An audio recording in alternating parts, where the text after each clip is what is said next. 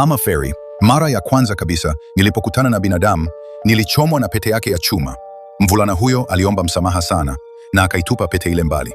Nilimwona mvulana huyo mnyenyekevu kuwa wa kuvutia sana, hivyo nikamruhusu aguse mabawa yangu. Hivyo ndivyo mimi na Stefan tulivyokuwa marafiki. Mara nyingi nilimpeleka kucheza katika msitu wa kichawi. Kadiri muda ulivyopita, tulikuwa pamoja na kuangukia katika mapenzi. Nikawa feri mwenye nguvu kubwa, lakini Stefan alisema alipaswa kwenda kujenga maisha yake na hakurudi kwa miaka mingi. Ningeweza tu kukaa peke yangu nikikumbuka kila jambo la zamani letu, mpaka usiku mmoja Stefan akarudi ghafla. Nilimlaumu kwa kutoweka kwa muda mrefu hivyo, lakini mwishowe moyo wangu ulilegea kwa mwanaume niliyempenda. Kama tulivyokuwa watoto, niliegemea begani mwake na bila kuwa na tahadhari kabisa nikanywa maji aliyenipa.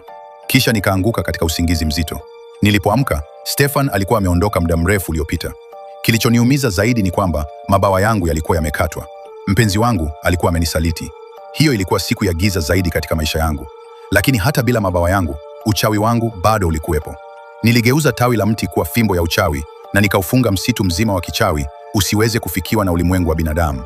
Baada ya hapo, niligeuza kunguru kuwa katika umbo la binadamu ili awe mpelelezi wangu, kwa sababu nilitaka kujua jinsi Stefan angeweza kuwa mkatili kiasi hicho.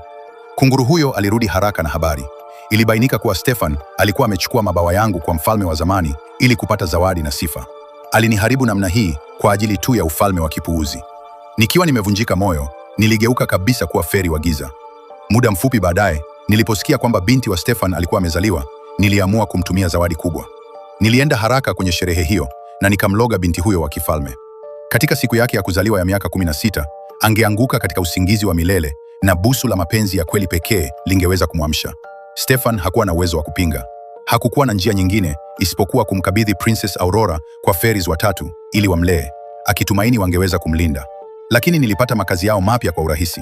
Kwa makusudi, nilifanya nyuso za kutisha mbele ya princess mdogo, lakini hakuonyesha kuniogopa hata kidogo. Hata hivyo, wale fairies watatu wazembe hawakuweza kumtunza vizuri. Ilibidi nimtume kunguru aingie kisiri chumbani na kumlisha princess mwenye njaa nekta.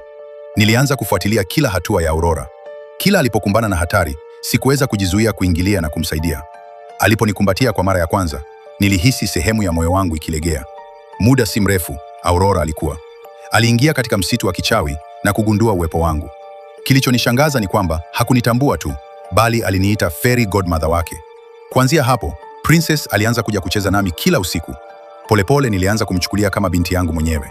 Nilianza kujutia laana ile na kujaribu kuiondoa, lakini chuki yangu ya wakati huo ilikuwa kubwa sana kiasi kwamba laana haikuweza kuvunjwa. Mwishowe, Aurora bado aliangukia chini ya uchawi huo na akaingia katika usingizi mzito.